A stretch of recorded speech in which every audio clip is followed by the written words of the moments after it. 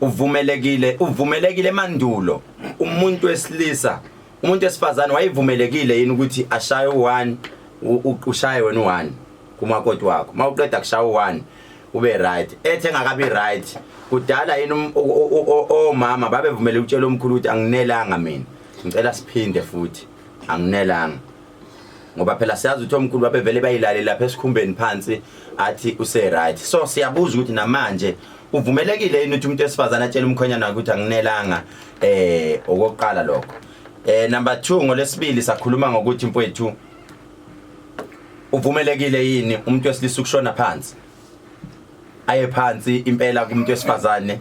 aye phansi nje kumuntu wesifazane noma umuntu wesifazane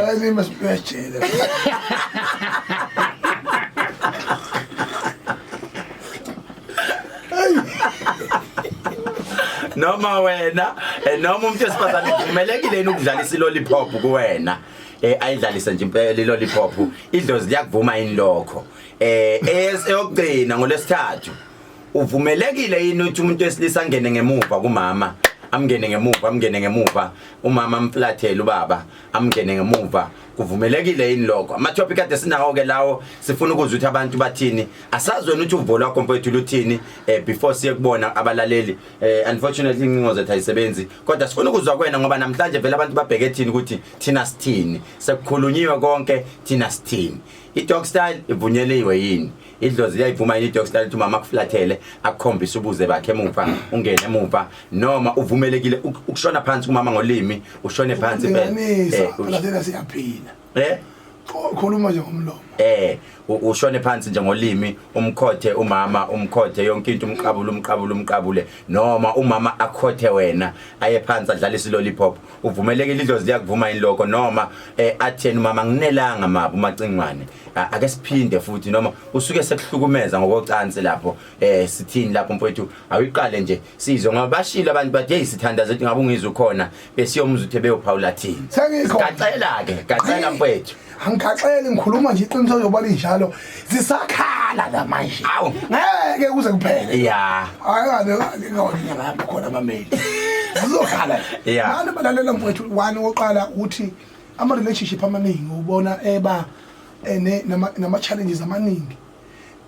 ama relationship amaningi alinyazwa indaba ye stress iqhamuka engakwazi ukunelisana. And then once you have a fear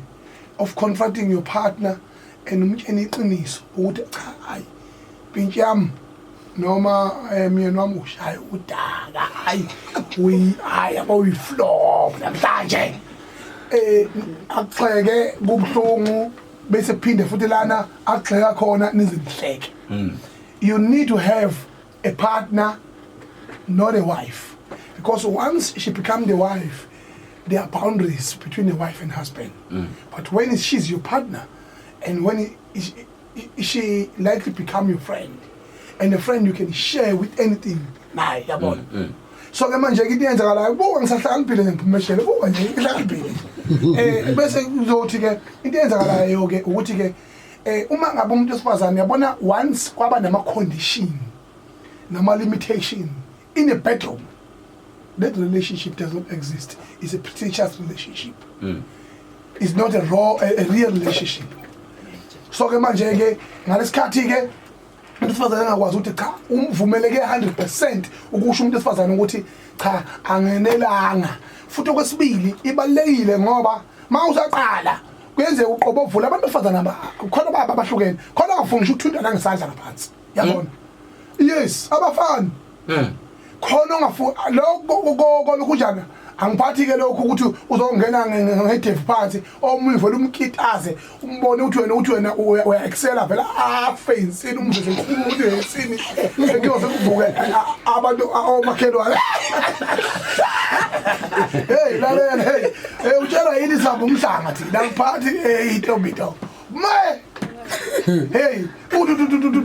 umuntu lo uthi akala ufuna ukuya khona umuntu uyakitazeka yabo so manje so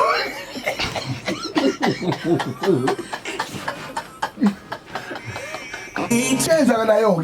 ke njengoba ngisho ukuthi uma umlalelo lalelo njengamanje kuvuma 103 healing hour uDr Khehlelezi nongisa umchodu inkosi eyiboshwa ngithi ke ziyanda mfethu ibonga ngithi mina lalela kubalekile ukuthi ku relationship okuyona njengamanje ungenza ukuthi uyavuka ubaba lapha nokosema ngoba khona amapipa abangasavuka ihlobo avuka manje kuseni kanye asithi induku zabo induku zabo nalo ipipa nalo nelutho la singasho njalo cha ipipa ungokuba hayi ena esikhali Nkosi yambona ukuthi kuyanwaya ungathi siqubuqubu alukwazi ukuvona inye mpo yabona umuntu abathi imbisa bakithi abayekuthola nezinko yabona khona ukoze kuse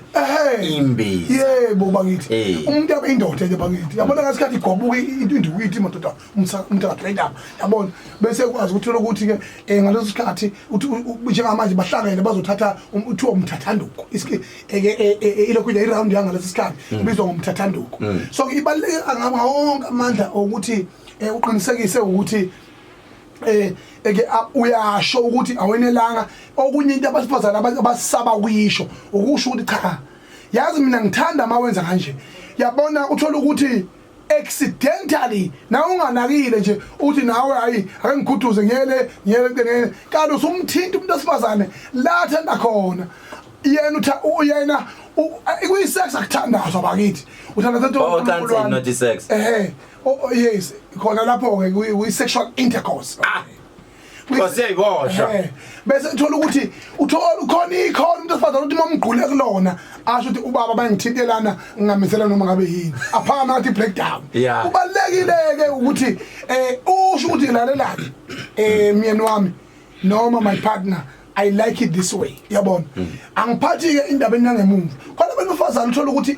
i-dog style you can enjoy it as a man uthola ukuthi the woman cannot enjoy some women cannot enjoy ilokujana i-dog style uyakuzwa dokotela yabona uthola ukuthi omunye cannot enjoy sex ngalesikhathi omunye esanda kweqala mhlambe during after she broke virginity yakhe omunye qala ukenjoy sex after esezale umntwana yawuthi nje njalo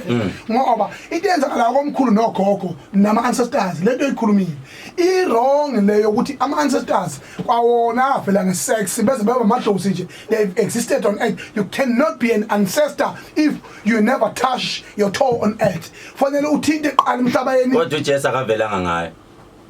Ay awume lapho ngoba mfethu uzothiwa sengihlasela amakhola awume yonke into nje existing human being come from sex there is no other way uJesu kwakhulela uMaria ngomoya ongcwele basho njalo abakholwa nje lalela inkosi eboshwa ke ayikhulume eboshwa ithi science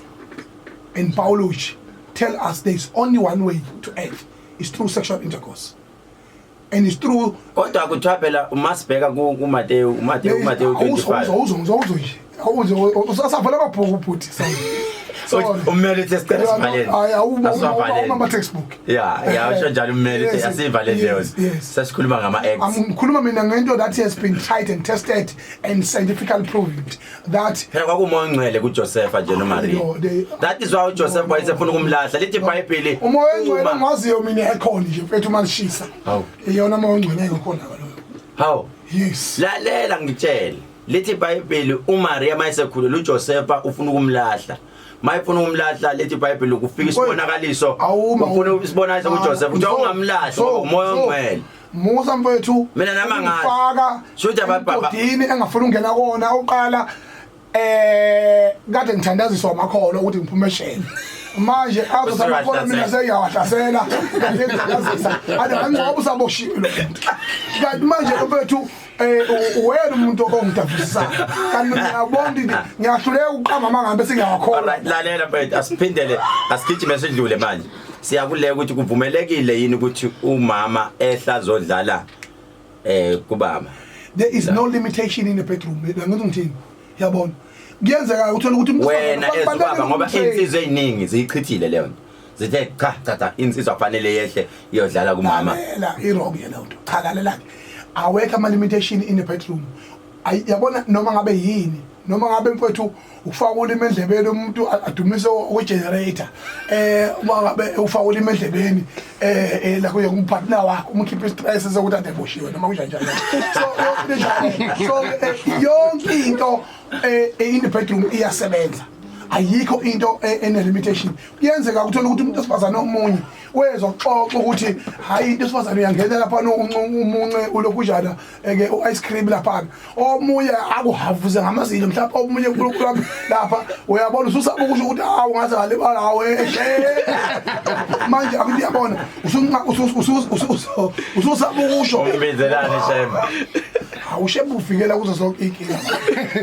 hey nasejelele ngimbizi ungisizile manje mfowethu ngikulobe iqiniso Akuhleke rate kumhla ka 30 kuJuly 2021 nihleli nami noNgizwe Mboka Mchunu sivakashele usibudubudu ufike eqathatha uthi kuThomas ngikhola ngokubona ngifresh from ejele ngakathintwa umuntu ufuna nje ukuthola uthi ke yes that's a period I was waiting for yes Bengeke sizofika unciphile ushaya 6 pack Dudla ebenza yonke into lapha kanjani uthe hunger strike nje kanti what is a hunger strike Indala phela idlali ngitshele mina ngateleka nezibosha zateleka 2 hours uphele more instead ebenza yonke into ayifokuthiwa ungizwe belethela imenu namazbo ungizwe ebelethela imenu elethela yonke ibona inkosi yayiboshwa hawe awuxakile bengibanga kubathiwa nje sicela njalo usivashele kule branch uvashele kule branch Says I'm appearances. right mfowethu kukhona umbuzo la ku social media uthi akusibuzele kungizwe njengoba umelaphi wendabuko ubuya phahle ngawo yini lo mlomo nawo abuya shone ngawo phansi lalela ke lalela siyinga leso isibuza lo ufenga ganiyo uma isithutha especially kulesikhathi samanje yabona kubalekile yabona lento ethi open relationship is not an open relationship when you have multiple partners and when you are only know where you are going. You need to have an open relationship one-on-one with your partner so that you can have a peaceful relationship because induku ayifuni indaba ayifuni stress shungadla iphilisele injani uma uye wangena excited waqala umfazi wathi uze la sikhulume hey wena woza la kuphelile njalo bese thi ukhubazekile yabona uthola kuyisalshiki lapha imize eminingi imisoma salshiki uthi hawathi kuyaphila ngoba wena lapha uma ufika ekhaya wena une stress lokwazana isalishiki lapha na phame ngathi insimbi yabona umuntu eyichoma zakhala ahambe kushozela so ibalekile leyo ukuthi kwi relationship kube khona iqiniso futhi okwesibili lo mlomo ophahla ngawo ufuna ubatshela impela bakile ukuthi ngicela ninqinizele umuzi ninginike isibindi sokwenza noma yini kumngami nase nomfazi naye aphahla bakubo ngoba laze lashiya ikhehla ngigana oqala ngo2006 lathi hawu umntana amabhasi amabili abantu bephelezele abantu abangaka bephelezele nje umuntu oyedwa lethile inkomo yabo so angiyibona le nto leyo ukuthi ikhehla liphahluka into eyiqinisa ukuthi cha into eyizele lo muntu omfazane lapho ushipha lishili khona kubo washiya abazali bakhe bekhona ulandela le nduku nje eyona nginayo alright mfowethu njengamanje sokukhuluma kakhulu sibheke ekuthenini uthini yena umkhulu ngoba abaningi mfowethu balindele ukuthi yena umkhulu uthini this is Vuma 103 Okay sibheke khona lapha ukuthi umkhulu ayawuphawula nawe ukhumbule ukuthi konke ngizokuphawula kuuvo lwami it's not coming from Vuma FM but kubuya nje nami and it's not compulsory uma ngimhlabile ngicela ungixolele nami ngisika kwelijika sibheke khona ke mfowethu manje ke theni uthini umkhulu but isikhathi sona umhlabile uma ngikuhlabile noma ngikunyathelile uma ngikhuluma igama elizokuhlaba Hey wajula phela kuyasho inkosi yebo phela yikuhlaba ihloniphekile nje leyo ihloniphekile yonke leyo okay ake siqale la etopic yokuqala akade si ulandele amatshe ami izokutshela ukuthi there is no case Uthe judge what I saw about Ngizwe Mchunu is that he's proud of being a Zulu man and he's proud, and he is a Zulu man, and of which I'm proud of that. That if you are a human being, you need to be proud of your culture. And the way he is, all of us, we're supposed to be like him. Yes. And I was smiling and looking at him. I wonder, where is your daughter?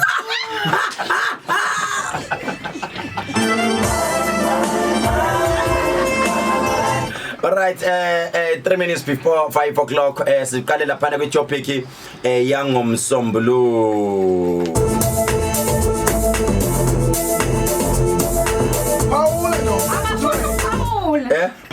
Paula musuzo Paula usithi ke ngenxa yesikhathi Paula shola ukuthi ubani uma usuwenza. Alright, okay, asibhekeni mfowethu okokuqala sibheke laphana ukuthi umama makathi yena aya nginelanga. Emandulo mfowethu sizoyibheka ukuthi omkhulu babe kade bebadala. We always upgrading. Njengamanje sike upgrade. There is a way ukuthi umtshele. Ungamenza isigqila sasekamereni ubaba, but mtshele ngendlela thizeni. Kanjani na? Sithi silungu action speaks louder than words.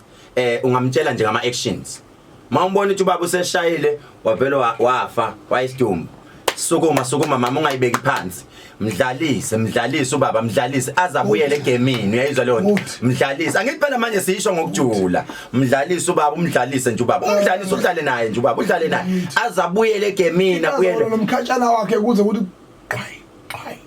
Nkosi yami.